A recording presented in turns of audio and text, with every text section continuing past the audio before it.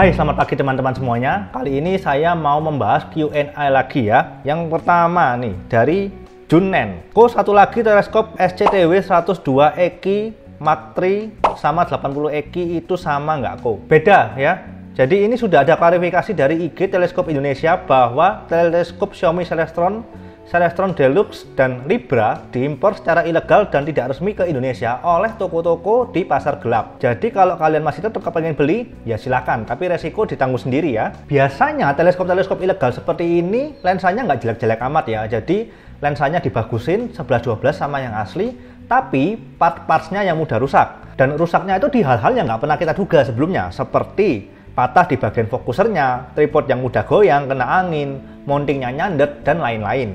Yang berikutnya dari Andreas Cahyadi.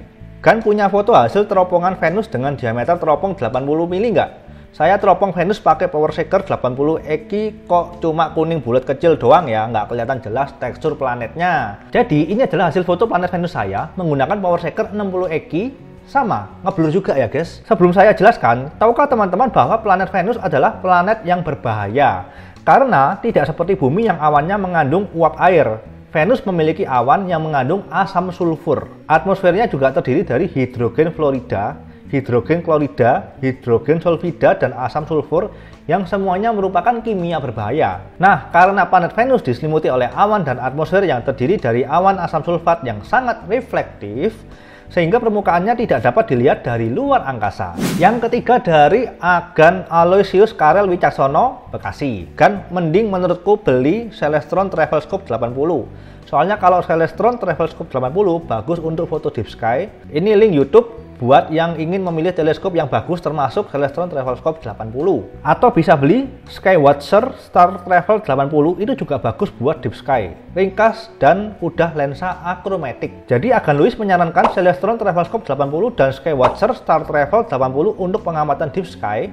Mari kita lihat spesifikasi dari dua produk berikut ini. Nah, keduanya memiliki harga dan spesifikasi yang hampir sama. Cuma Skywatcher masih jarang yang jual di Indo. Kalau Celestron dapat okuler 20 dan 10 mili, sedangkan Skywatcher 25 dan 10 mili. Ya, pilihan ada di kalian sendiri. Lalu dari Agan Fahmi Dance, Bang review teleskop Travel 7400 soalnya mau beli. Ada juga dari Ardian Damar Supanji, Bang tolong review teleskop Celestron Travel 7400. Celestron Travelscope 7400 ini spesifikasinya sama dengan yang 80 tadi. Cuma beda di lensa objektifnya 70 mili, jadi focal rasionya 5,7. Kalau yang Travelscope 80, focal rasionya 5. Nggak beda jauh juga focal rasionya.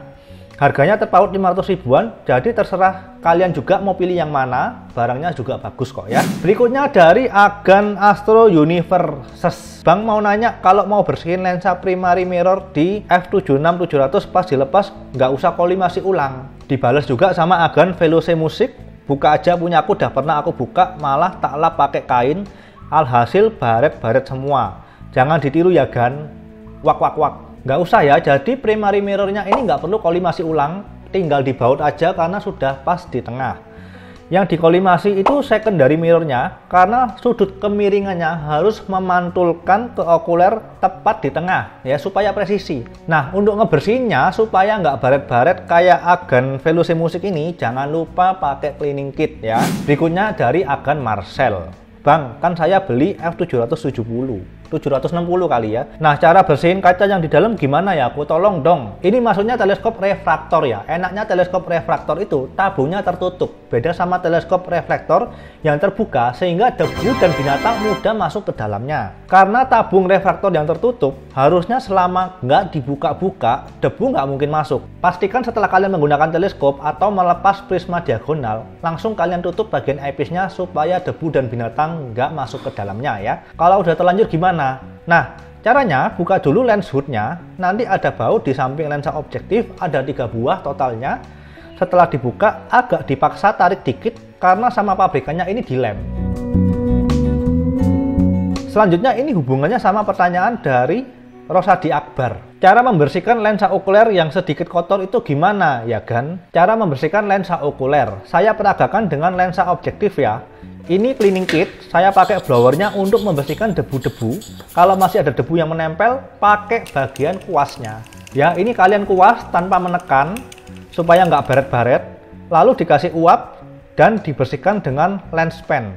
Diangin-anginkan dulu sekitar 15 detik. Jangan lupa kalau nyimpen dikasih silika gel. Kalau membersihkan lensa okuler, pakai sisi lens pen yang kecil. Ini punya saya bisa dibalik, lebih kecil lens pennya. Jadi beli lens pen yang dua sisi seperti ini.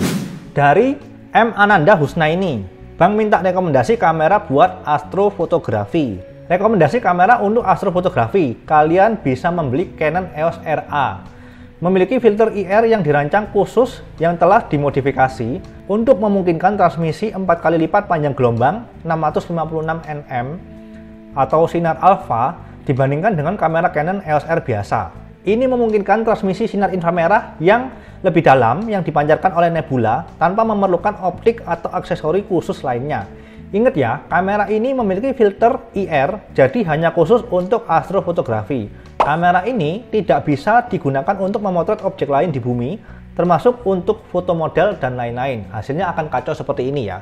Dibantu jawab juga sama Agan Lukasukasi dan Agan Luis, ada merek ZWO ASI dan Kihaye. Seperti ini ya modelnya.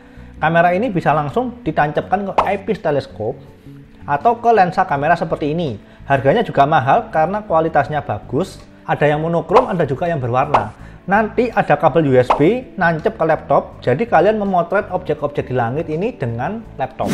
Lalu dari Agan Andreas Cahyadi lagi ya, kita bisa lihat nebula sampai dengan bulan apa Gan? Di Jakarta mendung terus setiap malamnya nih Gan. Waktu terbaik untuk melihat nebula ini adalah di bulan Desember hingga Maret. Jadi tenang aja, kita masih ada kesempatan sampai bulan Maret. Lebih bagus lagi kalau melihatnya di gunung atau pantai dengan teleskop reflektor. Selanjutnya dari Agan Luis lagi. Gan, lensa kamera pakai eyepiece teleskop gimana ya? Udah coba. Kamera pakai lensa eyepiece teleskop, cek marki cop. Saya punya extension tube, ini bisa diisi eyepiece, pakai yang 20 mili aja ya. Hasilnya gimana?